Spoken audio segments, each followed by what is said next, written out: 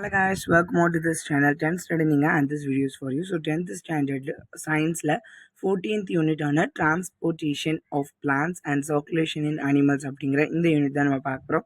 இதுடைய part 1. இதில் நம்ம என்னெல்லாம் பார்க்க போகிறோம் அப்படின்னா இன்ட்ரடக்ஷன் மீன்ஸ் ஆஃப் டிரான்ஸ்போர்ட், அதாவது டிரான்ஸ்போர்ட் பற்றியும் அது எந்தெந்த வழியில் டிரான்ஸ்போர்ட் நடக்குது அப்படிங்கிறத பற்றியும் பார்க்க போகிறோம். ஸோ டிரான்ஸ்போர்ட்டேஷன் அப்படின்னா என்னது, போக்குவரத்து அப்படின்னு சொல்லுவோம். அதாவது ஒரு இடத்துலேருந்து இன்னொரு இடத்துக்கு நம்ம ஊர் மாறுறதா சரி, ஏதோ ஒரு பொருளை இங்கேருந்து அங்கே கொண்டு போகிறதா இருக்கட்டும். ஸோ இது எல்லாமே bus, car, bike, train, ship, aeroplane, இந்த மாதிரி ஒவ்வொரு வழியாக நம்ம என்ன பண்ணுறோம் அப்படின்னா போகிறோம் வரோம். ஸோ இதே மாதிரி டிரான்ஸ்போர்ட்டேஷன் நடக்குது அப்படின்னா நம்ம முடியுதா?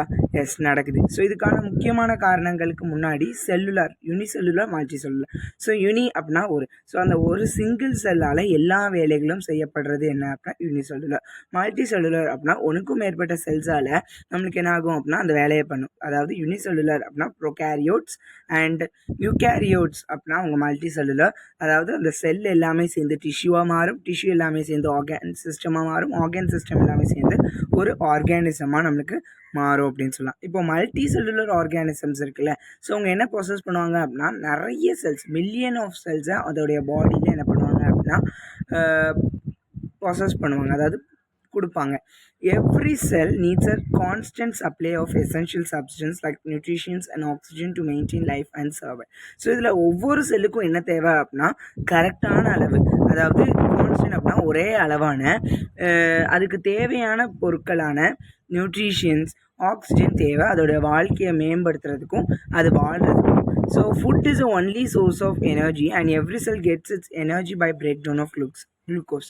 ஸோ நம்மளுக்கு எப்படி ஃபுட் அப்படிங்கிறது ரொம்ப முக்கியமோ, நம்மளுக்கு எனர்ஜி கொடுக்குதோ அதே மாதிரி தான் இந்த செல்ஸும் அதோடைய எனர்ஜி எடுத்துக்கிடும். எப்படி அப்படின்னா அந்த பாடியில் அந்த ஆர்கானிசமில் உருவாகிற குளுக்கோஸை பிரேக் டவுன் பண்ணி தனக்கு தேவைங்கிற எனர்ஜி ஒவ்வொரு செல்லும் என்ன பண்ணிக்கணும் அப்படின்னா எடுத்துக்கணும். The cell utilise these energy and govern various vital activities of life. இப்போ நம்ம சாப்பிட்டோம் தெம்பு வந்துருச்சு அப்படின்னா நம்மளுக்கு ஏதோ வேலை முடிக்க வேண்டியது இருந்துச்சுன்னா அதை முடிச்சிடும். ஸோ அதே மாதிரி இந்த செல்ஸ் என்ன பண்ணுறாங்க அப்படின்னா இந்த எனர்ஜி எல்லாத்தையும் பயன்படுத்தி அவங்களுடைய வெவ்வேறு வேலைகளை என்ன பண்ணுறாங்க அப்படின்னா தொடங்குறாங்க, பண்ணுறாங்க.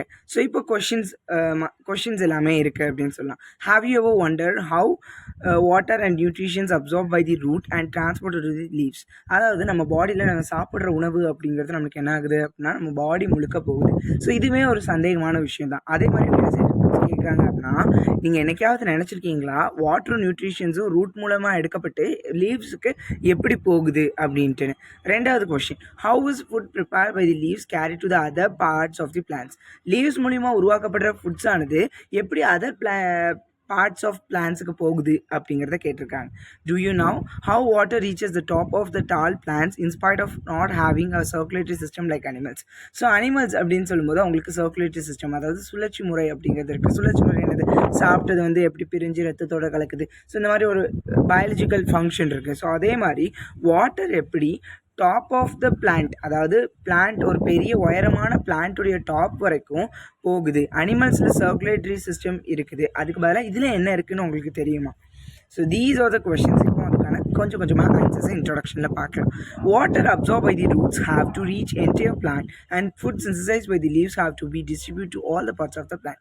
ஸோ ரூட் மூலிமா உரியப்படுற வாட்டரும் சரி, அந்த பிளான்ட்டில் உள்ள லீவ்ஸ் மூலிமா உருவாக்கப்படுற ஃபுட்டும் சரி, இது அதோடைய எல்லா பிளான்ட்டுக்கும் என்ன ஆகணும் அப்படின்னா பிளான்ட்டுடைய ஒவ்வொரு பார்ட்ஸுக்கும் என்ன பண்ணணும் அப்படின்னா டிஸ்ட்ரிபியூட் பண்ணி தான் ஆகணும். So to understand this we need to recall the autonomy of plants. இதை நம்மளுக்கு புரிஞ்சுக்கணும் அப்படின்னா autonomy of plants அப்படிங்கிற நம்மளுடைய ஃபர்ஸ்ட் பயாலஜி சாப்டர் நம்ம பார்த்துருக்கணும். வாட்டர் அண்ட் மினரல் சால்ட்ஸ், வாட்டரும் சரி மினரல்ஸும் சரி absorbed by the roots reach all the parts of the plant through xylem.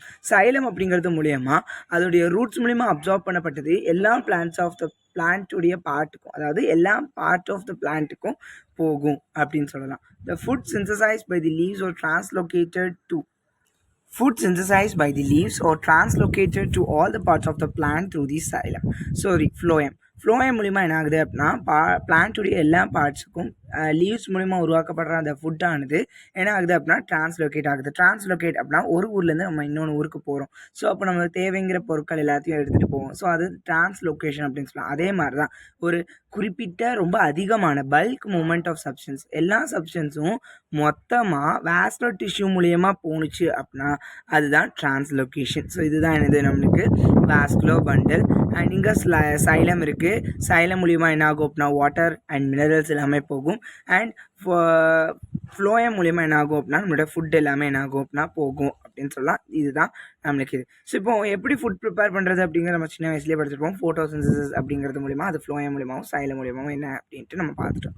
So transport அப்படின்னாலே means to carry things from one place to another. ஒரு இடத்துல இருந்து பொருட்களை இன்னொன்று இடத்துக்கு நம்ம கொண்டு போகிறது தான் டிரான்ஸ்போர்ட் அப்படிங்கிறதுக்கான அர்த்தம். Have you ever wonder how in animals a useful substance or transported to the other cells and toxic substance are removed? அதாவது எனக்காவது ஆச்சரியப்பட்டிருக்கீங்களா? எப்படி அனிமல்ஸில் அதுக்கு தேவைங்கிற சப்ஸ்டன்ஸ் எல்லாமே ஒரு செல்லுலேருந்து இன்னொரு செல்லுக்கு போகுது. அதே மாதிரி டாக்ஸிக் சப்ஸ்டன்ஸ்னால் வேஸ்ட் சப்ஸ்டன்ஸ், அதுக்கு தேவையில்லாது அல்லது அது சத்தே இல்லாத பொருள். ஸோ அது எல்லாமே எப்படி ரிமூவ் ஆகுது அப்படின்னு கேட்டிருக்காங்க. In larger organisms transport of nutrition salts oxygen hormones and waste products around the body are performed by the circulatory system.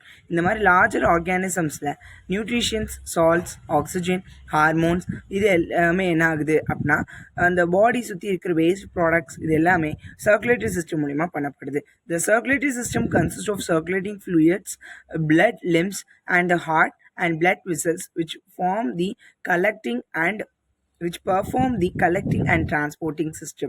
So இந்த சர்க்குலேட்டரி சிஸ்டமில் என்னெல்லாம் இருக்கும் அப்படின்னா சர்க்குலேட்டிங் ஃப்ளூயிட், அது சர்க்குலேட் ஆகிற ஃப்ளூயிடு, பிளட் லிம்ஸு, அது மட்டும் இல்லாமல் ஹார்ட்டு அண்ட் பிளட் வெசல் இருக்கும். இவங்க எல்லாமே என்ன பண்ணுறாங்க அப்படின்னா கலெக்ட் பண்ணி அதை ஒரு இடத்துலேருந்து இன்னொன்று இடத்துக்கு மாற்றுறாங்க. ஸோ மீன்ஸ் ஆஃப் டிரான்ஸ்போர்ட்டேஷன் எப்படிலாம் நம்மளுக்கு போக்குவரத்து நடக்குது. The transport of material in and out of the cell is carried out by. So நம்ம எப்படி ஒரு ஊர்லேருந்து இன்னொன்று ஊருக்கு நம்ம பஸ் பிடிச்சு போகிறோம், அதே மாதிரி உள்ளூர்லேருந்து வெளியூருக்கு போகிறது, அதே மாதிரி இந்த செல் உள்ளே இருந்து வெளியே மெட்டீரியல்ஸ் டிரான்ஸ்போர்ட் ஆகிறது எது மூலிமா நடக்கும் அப்படின்னா diffusion and active transport in plants. இதெல்லாமே அனதர் கம்மிங் வீடியோஸில் நம்ம பார்ப்போம். ஸோ டிஃப்யூஷன் அப்படிங்கிறத பற்றியும் and transport in plants and transport in animals அப்படின்னு சொல்கிற சர்க்குலேட்டரி சிஸ்டம் நம்ம பார்ப்போம். So until then bye from me. It is useful for you. Please like it and thank you for watching.